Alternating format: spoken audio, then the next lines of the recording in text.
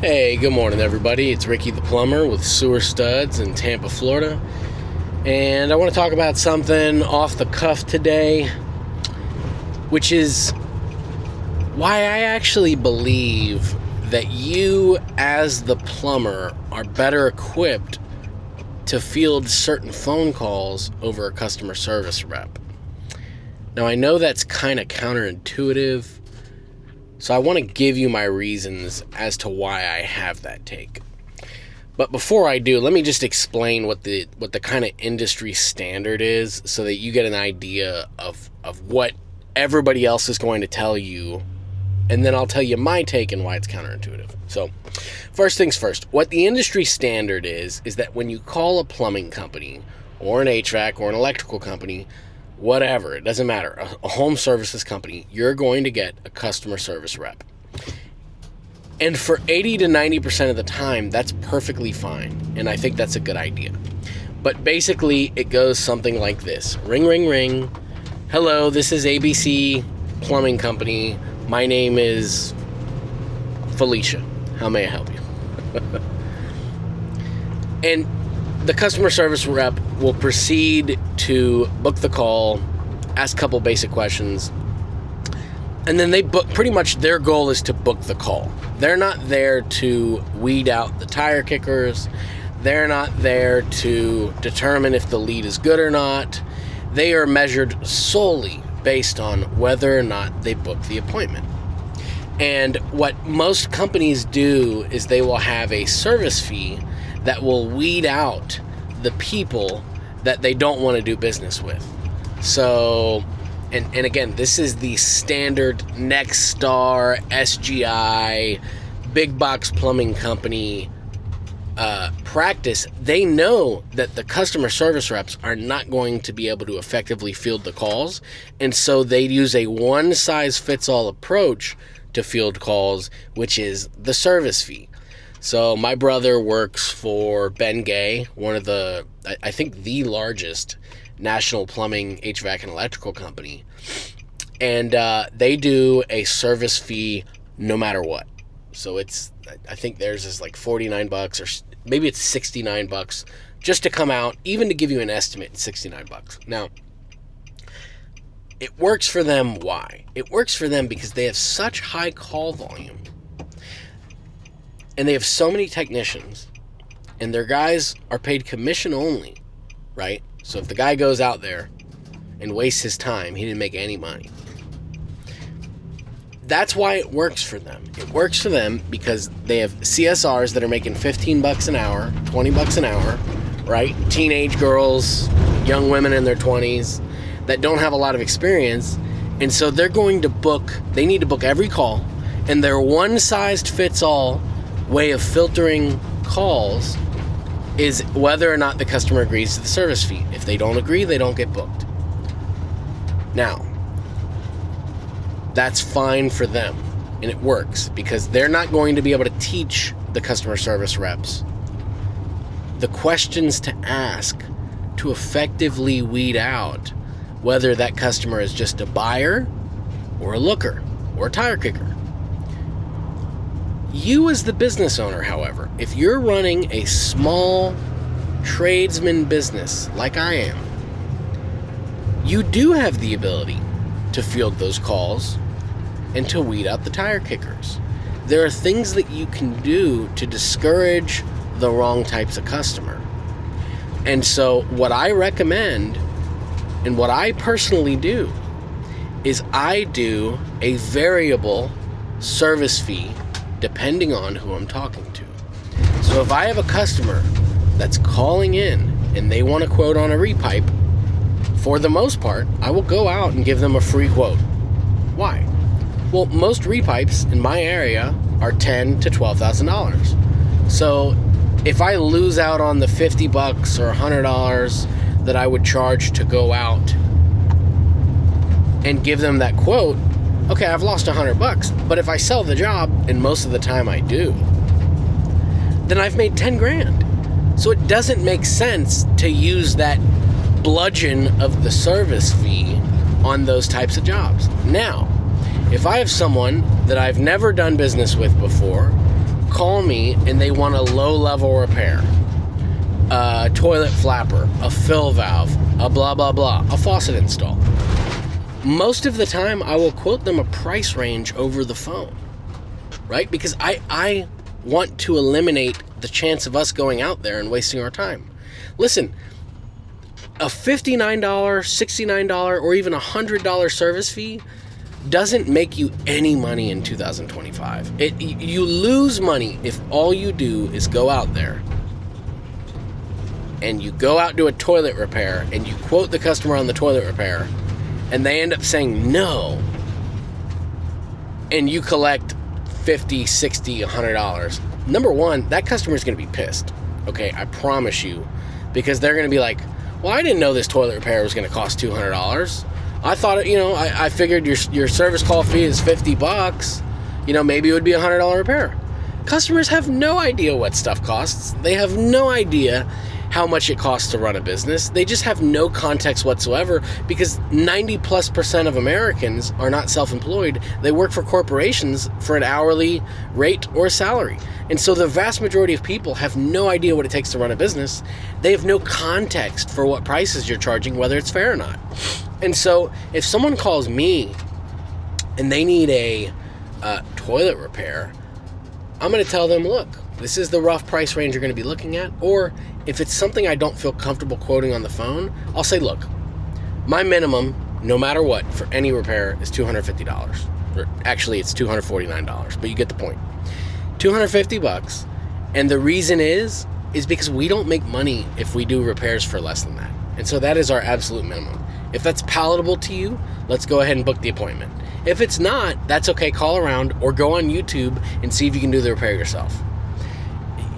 You have to understand that for a small trades business, you do not have the luxury of running every single call. Typically, a small trades business, like myself, is going to have a limited number of staff members. And because you've got a limited number of staff members, you can only take on a certain number of calls. And if you're anything like me, you're busy year-round and you have to filter out these calls. You can't just book every single call, because if you book every single call without concern for the appointments that are more valuable, then what you end up doing is you end up booking and going to a bunch of calls that are a waste of time. Listen, there are buzzwords you can look out for when you are talking to these customers to know if they are a buyer or a looker. I'll give you an example. Anytime someone calls me and they say that they are a property investor, I get price out of the way early and often, because, and I'm not, no shade to my property investor guys, y'all are wonderful. I have a lot of wonderful property investor clients, but let's be honest, they're very price sensitive. They have a budget. They need to work within that budget, and they need to get that repair done for X number of dollars. And it's good to get that price out of the way early and often, or at least a ballpark, to see if you guys are even going to be able to make it work. Because if you need to charge $3,000 for a repair and their budget is $1,000, you guys are in totally different ballparks. They need to call someone else. Maybe they need to call a single truck company. Maybe they need to call a handyman. But whoever they need to call, it's not you. I do the same thing with contractors. I have several contractors that are my clients that are wonderful people and I love working with, but they're also price sensitive. They take your job, your scope of work, whether that's plumbing, electric, HVAC, whatever, and they mark it up, and that's how they make a profit. And so you need to be able to make money, but they need to be able to make money off of you making money. And so you can't charge them as much as a residential service client. And so, long story short, whenever you get these phone calls, you, in a small tradesman business, you are going to be best able to weed out the tire kickers. Now, I'm not saying there's not a place for the CSR. There is. In fact, I have part-time customer service reps that work for me. Now, I do things a little differently. I send everybody to voicemail first. I know that's controversial, but I get so many spam calls that if we were to answer the phones all day, I would need to have a full-time customer service rep, and over 50% of the phone calls would be spam, because that's just how it is nowadays. telemarketers and spam callers are sharks, and they're running the show, and they will call you 20, 30 times a day. No joke. But what I do is I send everybody the voicemail. I explain why. Hey, we get a ton of spam, okay? We can't answer every phone call, because if we do, all we do is end up answering the phone call to a bunch of spammers. People get it, right? Like regular customers get it. They get spam calls too. And 90% of the time, they will either text you or leave a voice message, and then you can call them back. And here's what's really cool about that. When they leave a voicemail or fill out your contact form or send you a message, you instantly have context about who they are and what they're trying to accomplish, right? I had a guy earlier today. He left me a voicemail, and he was a homeowner who's buying a new house, and he's got some issues with the cast iron drain line. And so I was able to call him, and he sent me some photos and some videos. And then after I looked at his email and his photos and his videos, I called him back, and we had a 15-minute conversation, and I was able to come up with a solution that makes the most sense for him and price condition him all within that phone call. Now I've got a $12,000 to $15,000 lead that I may or may not have lost if I had just had some customer service rep who answering the phone that wasn't able to answer his questions and may or may not have booked the call. They may have fumbled. Well, that's a $15,000 lead. And so all I'm saying is I know that the industry experts want to push you into having the CSR and the single service fee no matter what, but I just feel like in 2025, there's so much technology now. You don't, like, that is the 1995 and 2005 way of doing things. Guys, there's ChatGPT now, okay? I fired my marketing company because I've discovered that everything that they were doing, I can do myself with ChatGPT, okay? You don't need an SEO company in 2025.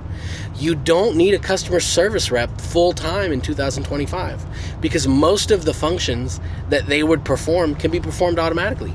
Guys, you can set up an automatic booking page on your website, and you can have a conversation with a customer, and when you're done, you can say, hey, look, I'm driving right now. I don't want to be rude to you. Can you go to my website, click on this page, put all your information in, and then I'll give you a call back when I'm not driving, and I'll book the appointment. And you know what? Most people are totally fine with that. Okay? Now, here are the downsides to doing it this way. The downsides is you will lose some customers, but the kind of customers you tend to lose are the impatient ones. Like, if a customer can't leave a voicemail and wait 5 to 10 minutes for a callback, that means they're anxious and they need someone right now, and that's fine, and I totally respect that. But in most cases, they're not going to be my customer. I don't have the bandwidth to do most of these calls ASAP. We're busy. We're booking out weeks in advance. Now, if I can squeeze someone in, I will, especially an existing customer. If I have a relationship with someone and I've been doing business with them for several years, of course I'm going to prioritize them. I will move heaven and earth if I have to. But someone off the street that's not even a referral that found me because of, I don't know, a business card or a website, that's wonderful, and you want to take care of them. But if they can't wait a few minutes for a call back or a text back, they're not going to be your customer, and be okay with that. Let them go to the big box plumbing companies and pay way too much and get poor quality service and get scammed by the commission tradesmen, which is a whole other topic that I could talk about. But, you know, having a commission-based tradesman working for your company is just so unethical. That's all I'm going to say. So unethical. Don't ever do it. Don't trust the industry experts that say that that's the way to go. But yeah, that's going to wrap up today's message. This was very impromptu, so I don't know how it's going to be received. I hope you guys got some value out of this video. This is obviously a video for my professionals. This is not a video for homeowners. I like doing these kind of videos and having these kind of chats. So let me know what you guys think in the comments. I hope you have a wonderful day. Peace.